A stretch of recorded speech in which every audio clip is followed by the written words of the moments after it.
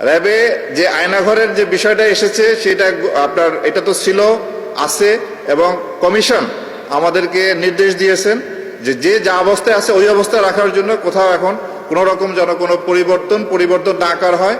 Accordingly আমরা ঠিক ওইভাবেই রেখেছি যা যেভাবে ছিল অতীত। র্যাবের বিরুদ্ধে বেশ কিছু অভিযোগ আছে, গুম, খুন, তারপরে আপনার অপহরণ, এই ধরনের বেশ কিছু অভিযোগ আমাদের প্রতি আছে। তা আমি আপনাদের মাধ্যমে দেশবাসীকে জানাতে চাই যে র্যাব সৃষ্টির পর আজ পর্যন্ত যে সমস্ত জনগণের যারা র্যাব দ্বারা নির্যাতিত বা অত্যাচারিত হয়েছেন তাদের কাছে, এবং যারা হত্যাকাণ্ডের শিকার হয়েছেন, যেমন নারায়ণগঞ্জের 7 খুন সহ যারা র্যাব কর্তৃক হত্যাকাণ্ডের শিকার হয়েছেন তাদের পরিবারের কাছে আমরা দুঃখ প্রকাশ করি এবং ক্ষমা প্রার্থনা করি, এবং পাশাপাশি এই সমস্ত ঘটনার সুষ্ঠু তদন্তের মাধ্যমে এর বিচার যাতে হয় সেটা আমরা প্রত্যাশা করি। অন্তর্বর্তীকালীন সরকার গুম খুন কমিশন করেছেন, আন্তর্জাতিক অপরাধ ট্রাইব্যুনাল এই ধরনের অপরাধ কগনিজেন্সে নিয়ে এর বিচার কার্য পরিচালনা করছেন। তা আমরা আশা করব সুষ্ঠু নিরপেক্ষ তদন্তের মাধ্যমে আমাদের বিরুদ্ধে যে অভিযোগ আছে তার সুষ্ঠু তদন্ত হবে এবং এর বিচার হবে, এবং এইভাবেই আমাদের দায় মুক্তি সম্ভব। অন্য কোনোভাবেই আমরা এই দায় থেকে মুক্ত হতে পারবো না। কেবলমাত্র সুষ্ঠু তদন্ত এবং বিচারের মাধ্যমেই আমরা দায় মুক্ত হতে চাই।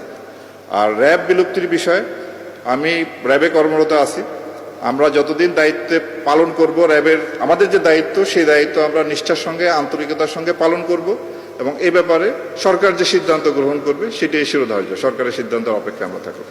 আমরা এই পর্যন্ত যে ছিনতাই, ডাকাতি, চাঁদাবাজির সাথে সম্পৃক্ত 16 জন র্যাব সদস্যকে আটক করে তাদের বিরুদ্ধে ফৌজদারি অভিযোগ আনয়ন করেছি, এবং ভবিষ্যতেও কোনো সদস্য যদি এই ধরনের অপরাধের সাথে সম্পৃক্ত হয় তাদের বিরুদ্ধে ফৌজদারি মামলা এবং পাশাপাশি বিভাগীয় মামলা দুইটি অব্যাহত থাকবে, এবং আমরা এই বিষয়ে অত্যন্ত কঠোর অবস্থানে আছি। পুলিশের ক্ষেত্রে দাবি উঠেছে, র্যাবের ক্ষেত্রেও দাবি উঠেছে। আমরা পোশাক পরিবর্তনের বিষয়ে আমরা চিন্তা ভাবনা করতেছি, র্যাবের জন্য যাতে একটি আইন প্রণয়ন করা যায়। র্যাবের কোনো আপনার নির্দিষ্ট আইন নাই, আর্ম পুলিশ ব্যাটালিয়ন আইন সংশোধন করে র্যাব বাহিনী গঠন করা হয়েছে।